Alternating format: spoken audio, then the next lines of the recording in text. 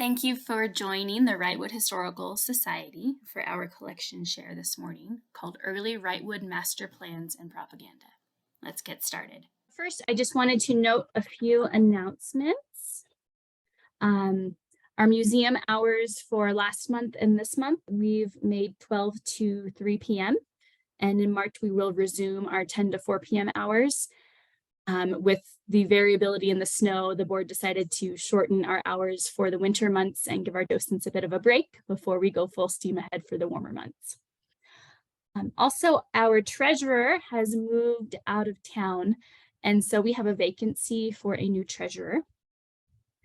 And so if you know anyone or you yourself are interested in joining our board as a treasurer, do let me know. I have our email address listed here on the screen, and you can reach out to the email or my phone number if you have someone in mind who might want to participate with our board as a treasurer.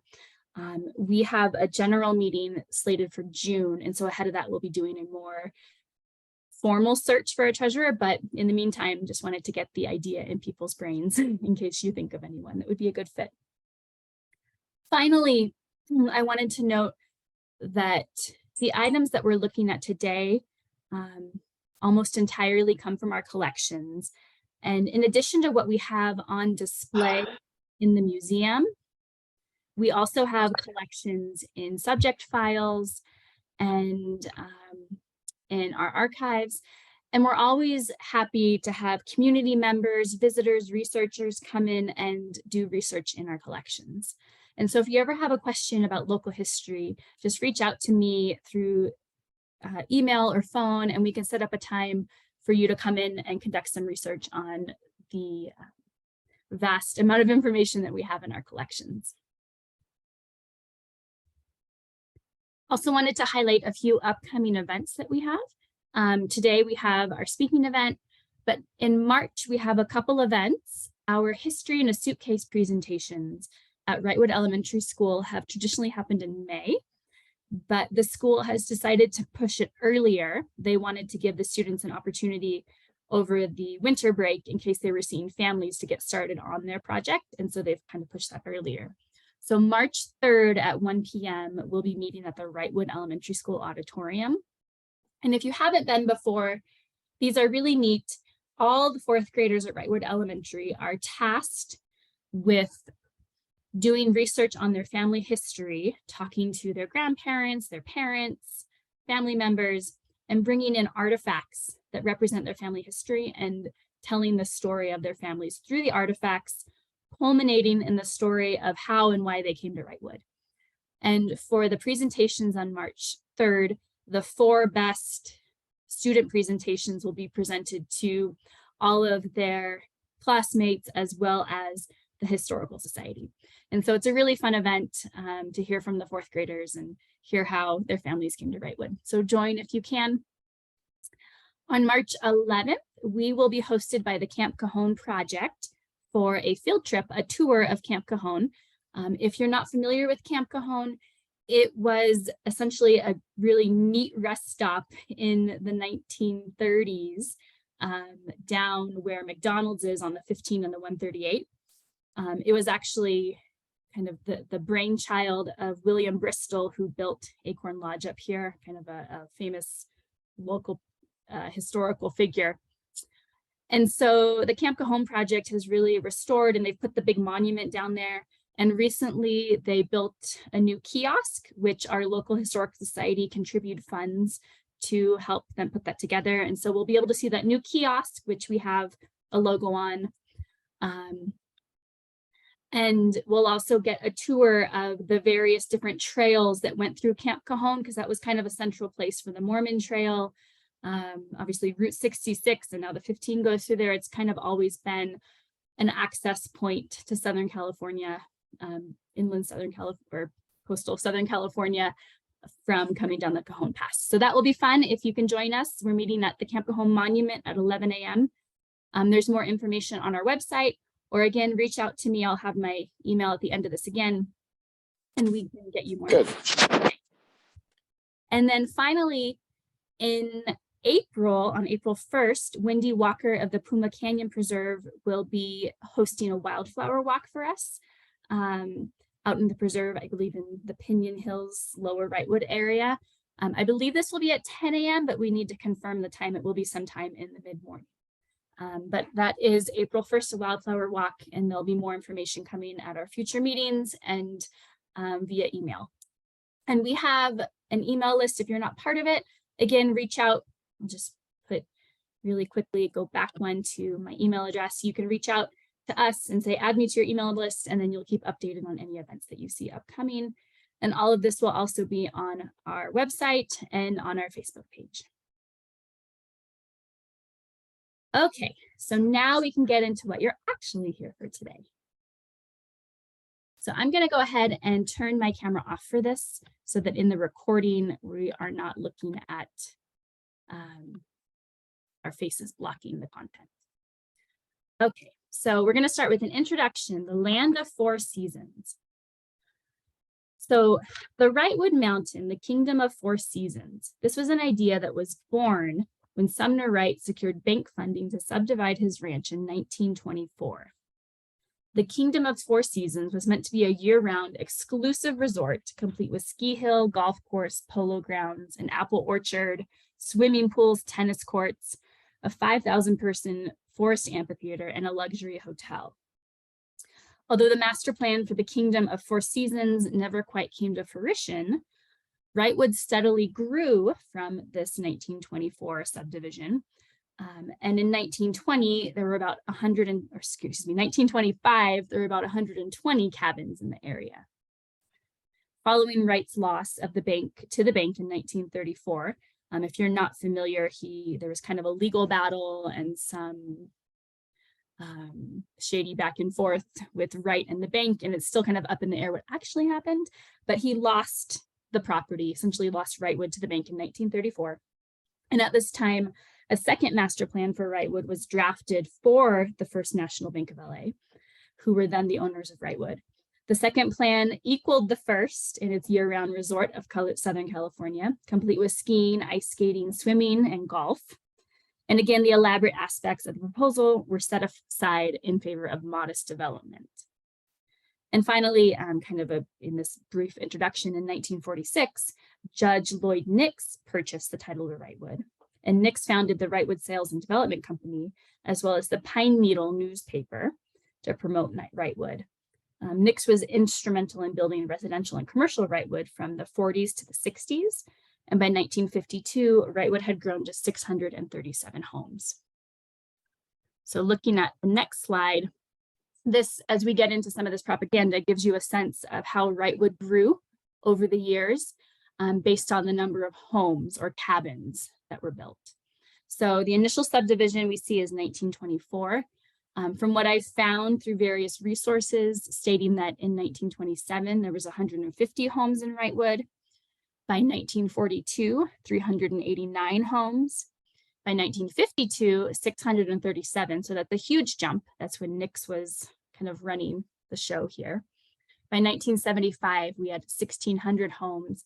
And if you look at the current census or the most recent census, we have 2,628 homes. And so that's physical homes, not count of people. So that just gives you a sense during these early years how Wrightwood started to grow from that initial subdivision of Wright's Ranch. So first, as we get into this, we're going to look at mapping of Wrightwood. So starting with the initial subdivision in 1924, maps have been used to promote Wrightwood to potential buyers. Early maps portrayed a master plan for Wrightwood as a year-round exclusive resort, complete with polo grounds and an 18-hole golf course. So I think these maps are pretty fun to look at because it's kind of very visionary. So this one, if you came to Dennis Felger's talk several months ago, this first one might look familiar. He had this giant sales brochure that we now have a copy of in the museum, if you want to come and look through the whole thing. But this map is from 1927, and it gives, along with the text, this grandiose idea of what Wrightwood could become. So if we go to the next one, I'm going to zoom in and highlight a few features here that are just, fun because it's so visionary. So you can see here, they note over here is an athletic field with a grandstand.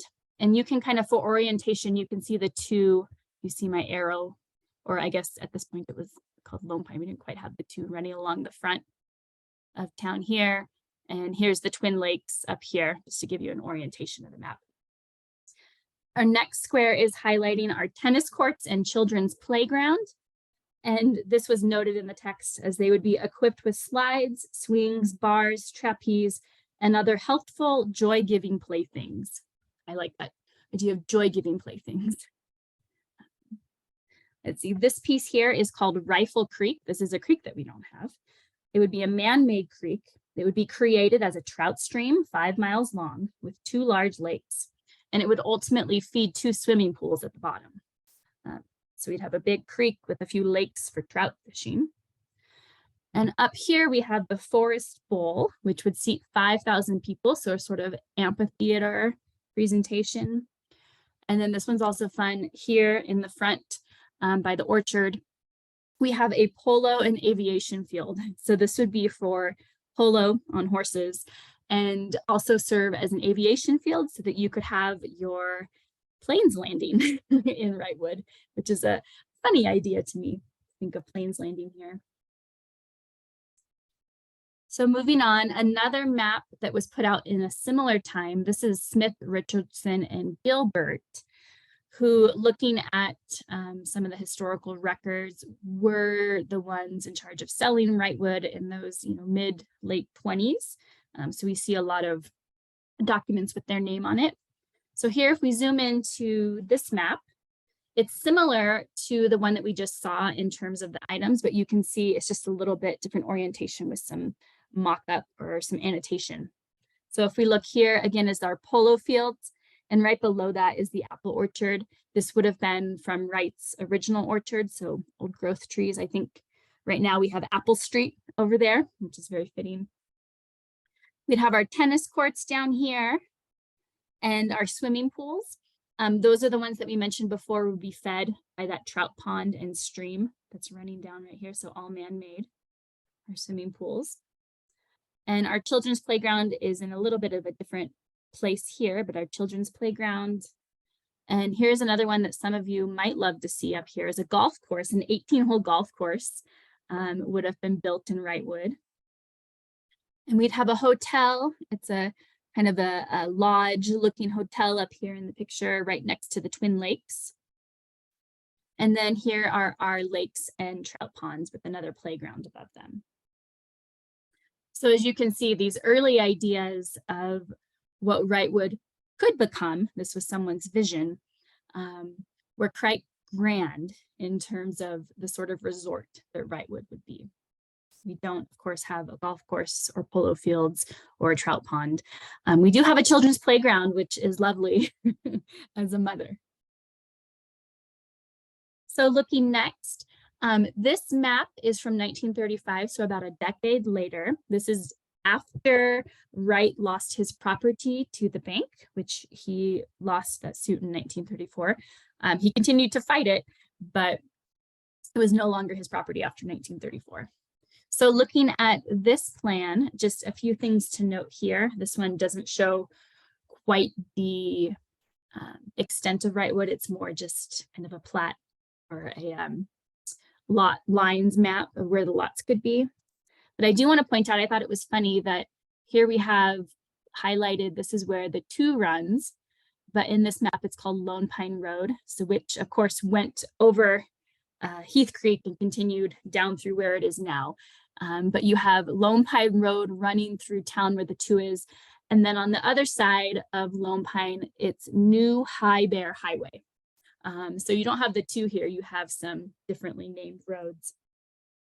Also, if you look at Park Drive, we have a square here, like a town square, which we don't have. Park Drive is a street now with all your buildings on either side, but it was envisioned to be a sort of town square with, I'm assuming like a grass square or a quadrangle or something in the middle, a fountain, who knows, but something a little bit more architecturally different than what we have now. And for reference, we have the Twin Lakes here. They were still two different lakes. So you had your two lakes up there for recreation. And then of course, Wright's Lake was still full of water. So it was an actual lake, not a dry lake bed.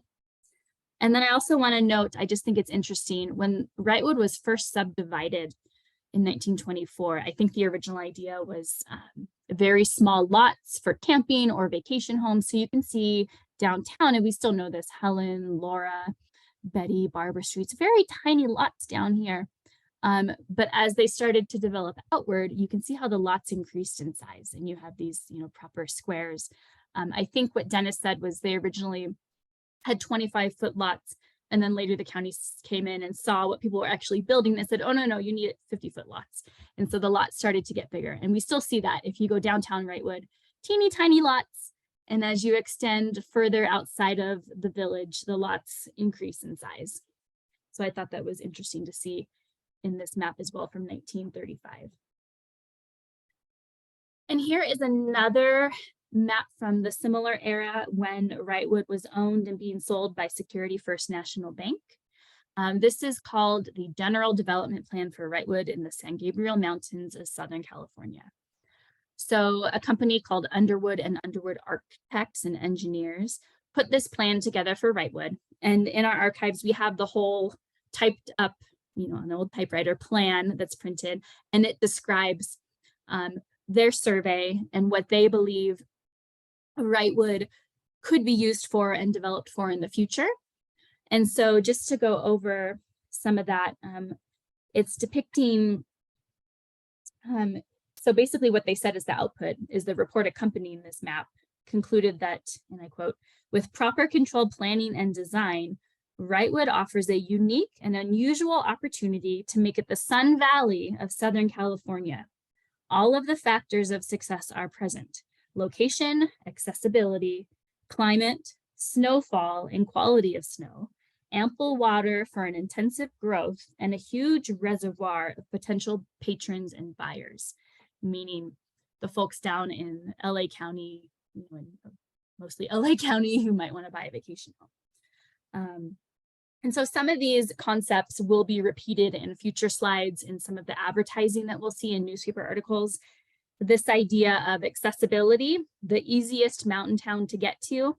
You can get here all year round. It's so easy. The snowfall, which I think this year we'd all contest and say we don't get ample snowfall, but in the past, there was a lot more snowfall.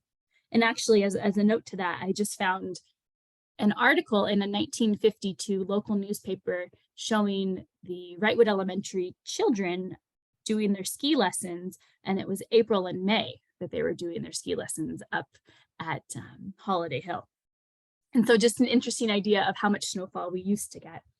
And of course, ample water was another argument you'd see a lot in these early advertisements for Wrightwood and its growth, is that there was a lot of water that was available. And of course, with development and drier years, we're not quite in that same situation. So again, looking at what was contained in this second master plan for Wrightwood, and this one's a little harder to read, so I'm going to highlight some items as well. So this one had, up here is a dude ranch, which would have had a riding academy. Early Wrightwood did have a lot of stables and horse activity and horse riding. I think because it was a ranch to begin with, so that was actually not just an idea. There was no dude ranch, but there was a lot of horse riding up here. And the trails, actually, there's trails leading from here, if you can see, they lead all the way up to, back one, down here, I'll hold up later, there's a mountain hostel. And so there'd be trails running along the mountain, the ridge, from that dude ranch over to the mountain hostel here. So here we have, again, those bridle trails, just showing, if you can see, curving from the dude ranch all the way down to that mountain hostel. There's a skeet range for shooting, which I think some local residents might enjoy that now if we had that. A new lake here. This one didn't have a name, but I don't think it might have been, I don't think it was Wright's Lake, but a new lake we put in. This I thought was interesting, the Commercial and Recreation Center in this advertisement. This would include, in the text, it said it would include dancing, bowling, pool, billiards. But this is, if you can see, across Highway 2 from where we have our center now. So this would have been more where Mountain Hardware, Jensen's area. And so on the last one, we saw the town center where it is now, and this one more highlights the north side of the two. And up here you see this is the school site. Before the Wrightwood Elementary was built, the old Wright's bunkhouse was used as a school site. And so I believe, and it's actually where Our Lady of Sorrows is now. So they highlight where the old school site was. And then they have a mountain hostel I mentioned earlier. This would have been your Grand Hotel. And they still wanted to keep it that golf course. They put it in a different location this time. But you can see that golf course is there, an 18-hole golf course, it said in the paperwork. And finally, that outdoor theater. So they pulled a lot of ideas from the original master plan, but modified them a bit and switched up where things would go. And again, those ideas were great. Not all of them have come to fruition. In fact, a lot of them haven't, but I think it helped in drawing people up into Wrightwood to see a vision or these visions of what this place could become. So that's kind of looking at those early maps and what they can tell us about what we might have had up here. I wanted to next look at some newspaper ads, because I think that tells us a lot as well of how Wrightwood was being advertised to new buyers. So early advertisements of Wrightwood sold it as a gem of Southern California, with affordable properties, ample water, as I mentioned, year-round activities, and only 3.5 hours from Los Angeles on very drivable roads. The advertisements even claim that, and I quote, "There is absolutely no fire hazard in the Wrightwood Mountains," if you can believe that. And that was from the Wrightwood Mountains newspaper in 1927. Imagine that, absolutely no fire hazard.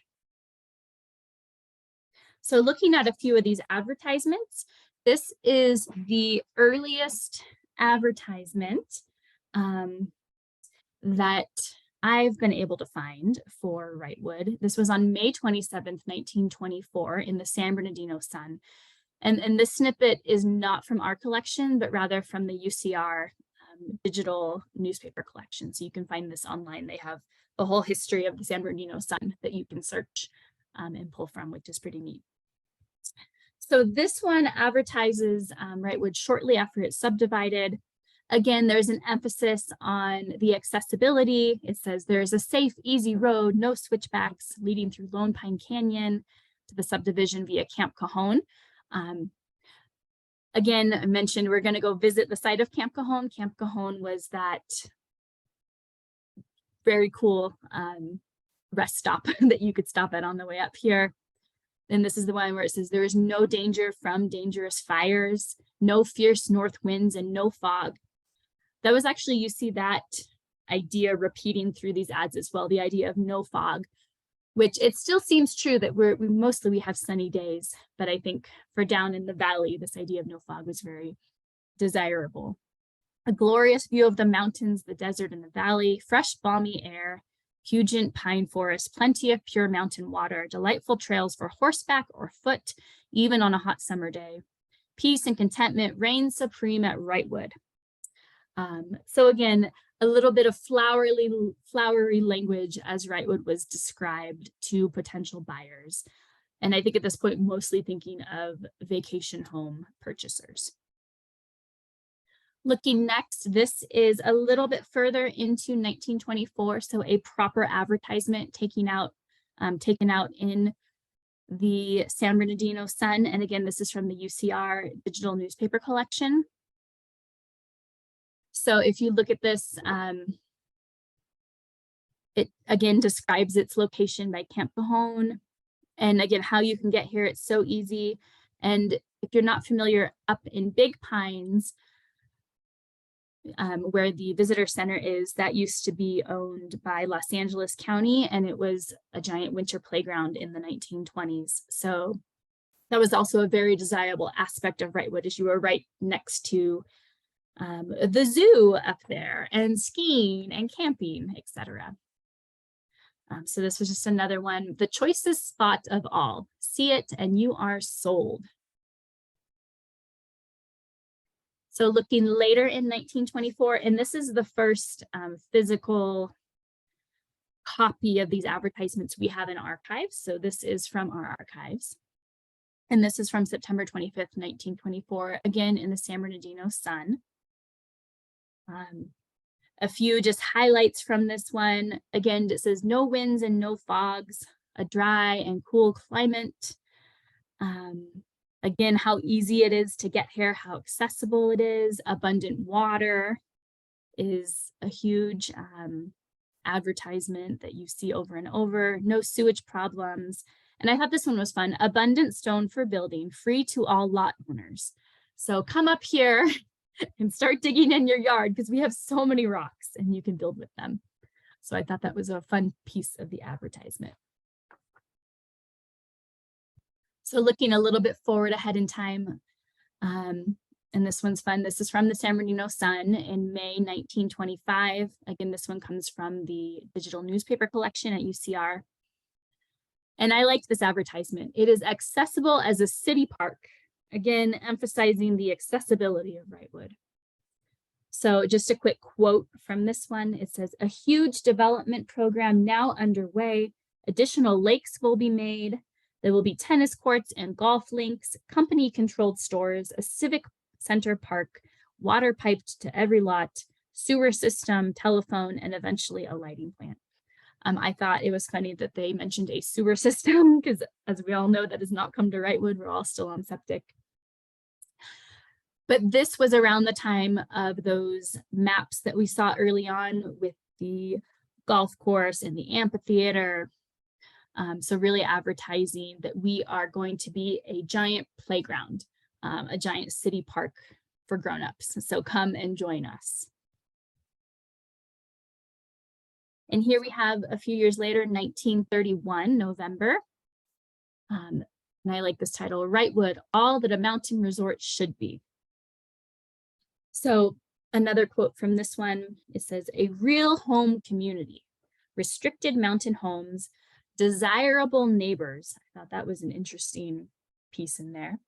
4-season climate, year-round accessibility, all modern utilities. And so again, our accessibility, our climate, and then it lists all the different sports that we have up here. Horseback riding, as I mentioned, that used to be big up here. Tennis, swimming, fishing, hunting, skating, skiing, bobsledding, tobogganing, dancing Saturday nights in the clubhouse. So a fun advertisement for our wonderful resort up here in 1931. And this one is from our newspapers collection in the museum. And then a few more.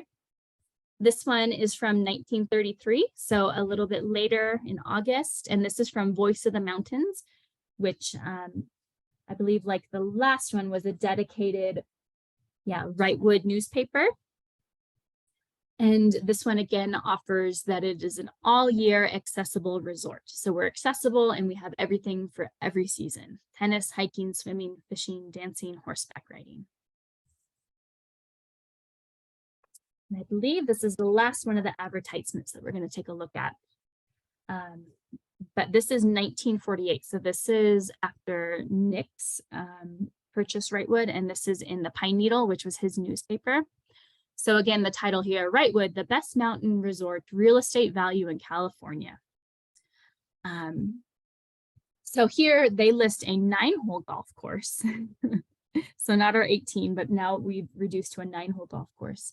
And I also thought it was interesting that here in 1948, they list no fog, but they also list no smog. That's down here at the bottom. Wrightwood has pure mountain spring water, no fog, and no smog.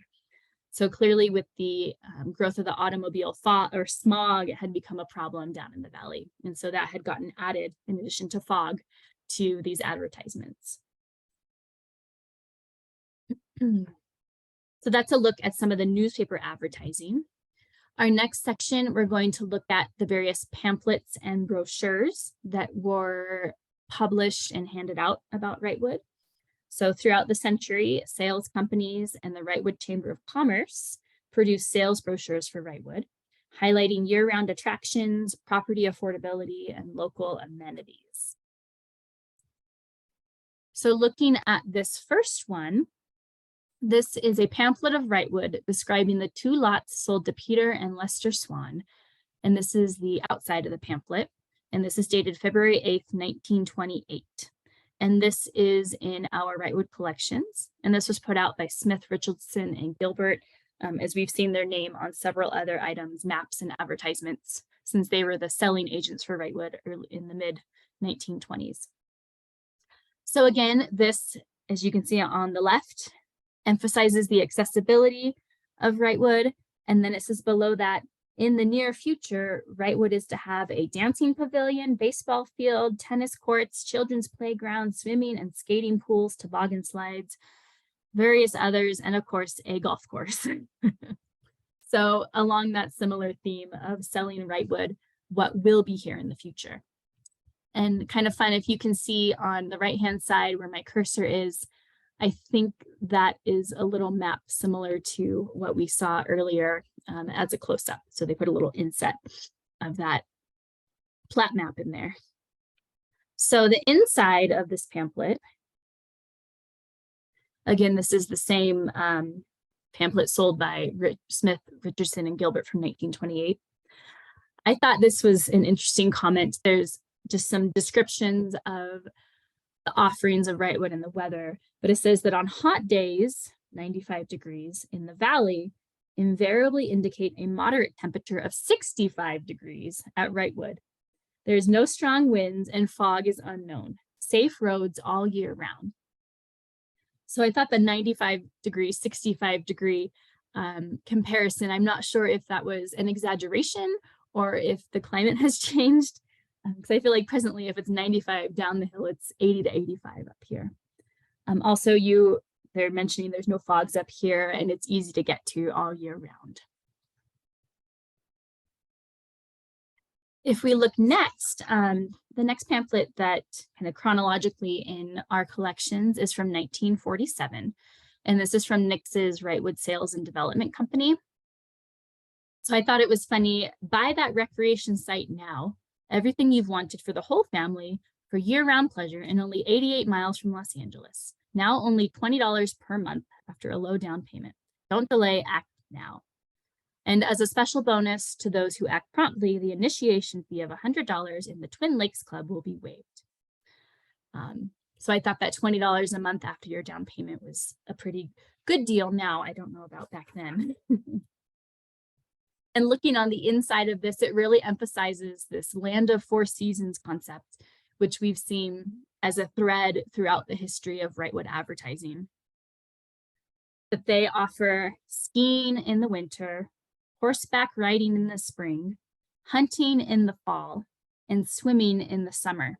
So you can see everyone swimming at the Twin Lakes there, and all those bucks you're going to go hunt in the fall time.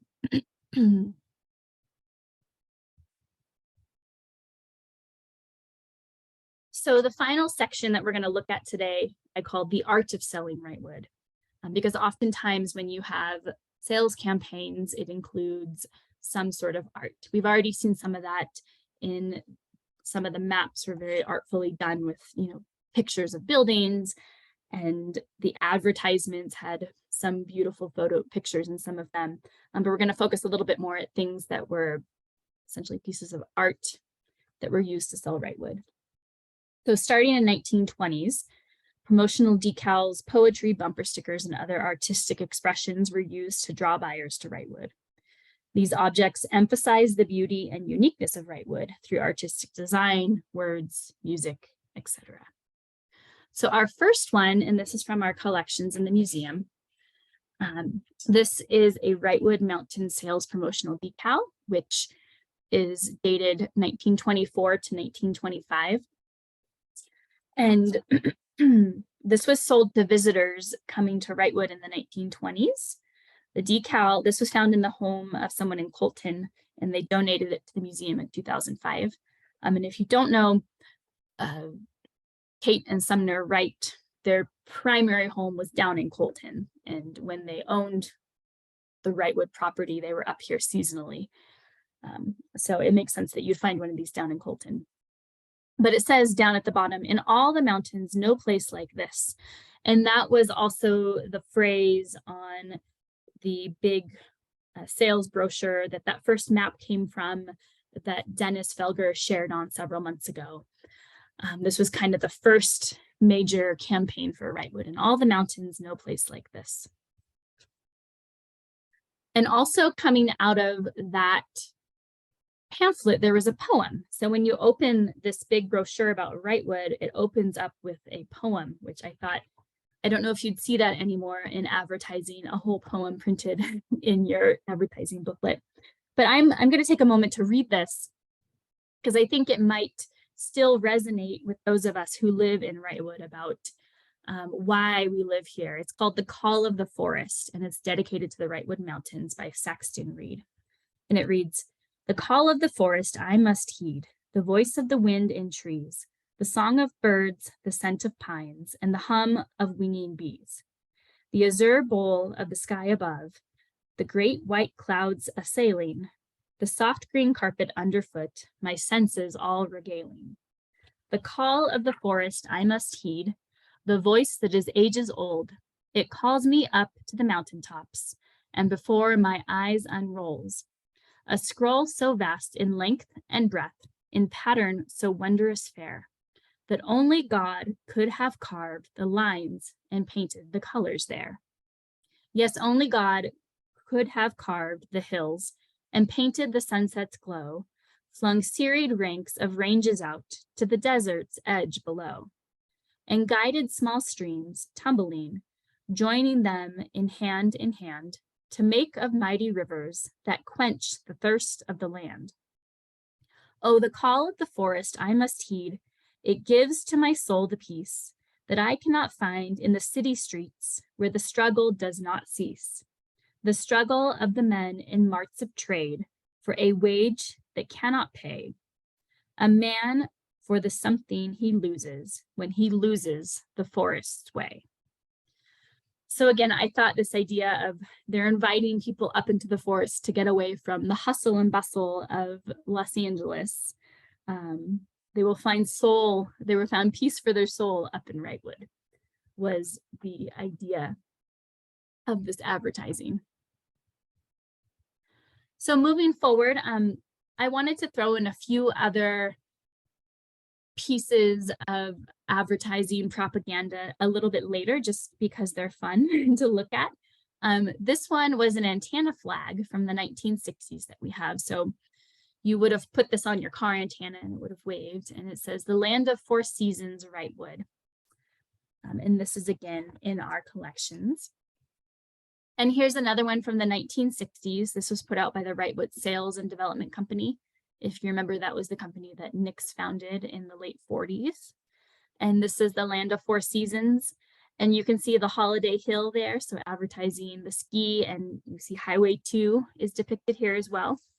Kind of giving a little poke at that easy accessibility to get up to us. And here's a fun one. This very simple bumper sticker, Wrightwood, Land of Four Seasons. And this is from 1968. And the last piece of propaganda we're going to show is this one, I Heart Wrightwood, which was from the 1980s from the Wrightwood Ranch Company. So I thought this was a cute one that maybe at some point you would have seen on someone's car driving around. I think today we probably see most the license plate covers that advertise Wrightwood. So the early ideas for Wrightwood that we saw were more grandiose than were actually ever built over the years. And who knows, perhaps these ideas were really only intended to bring buyers in, or perhaps something stopped an actual idea of what someone wanted to build out of Wrightwood. But I do think that the original idea of a year-round resort is not too far from what we have today, maybe not as grand. We have the snow sports in the winter, and we have hiking and camping and mountain biking in the warmer seasons. We see lots of people coming up here to ski and sled and snow play in the winter. And in the summertime or late spring, we have our PCT hikers coming through. And we can certainly still boast of being the most accessible mountain community in the area. It's very easy to get to us, which I think is still a huge draw for Wrightwood from those early advertising. And so again, like I mentioned at the beginning, if you'd like to see any of these items in person or any other items, we are always happy to schedule a time to have you do research in our collections. And also, we are planning to put on a small exhibit with some of these items later in the year. So we'll let you know via email and Facebook, but these will be available on exhibit so you can come and see some of the most poignant items from our collection relating to this advertising of early Wrightwood and the call of the mountains, as it were. So I'm just going to put up our upcoming events here at the end, but that concludes our call. So if you have any questions or want to go back and see anything, feel free to send a chat or take yourself off mute, and we can kind of jump back through slides if you want to see anything again. Otherwise, I will be posting this talk to our YouTube page and putting that in our email, as well as our Facebook and our website, so that you can come and watch it again. Alongside our mud flood talk is there, and I'll be uploading others as I find time to edit and get them in good shape from some of our in-person talks. So I'll hang around for a little bit if anybody has any questions, but thank you all so much for joining.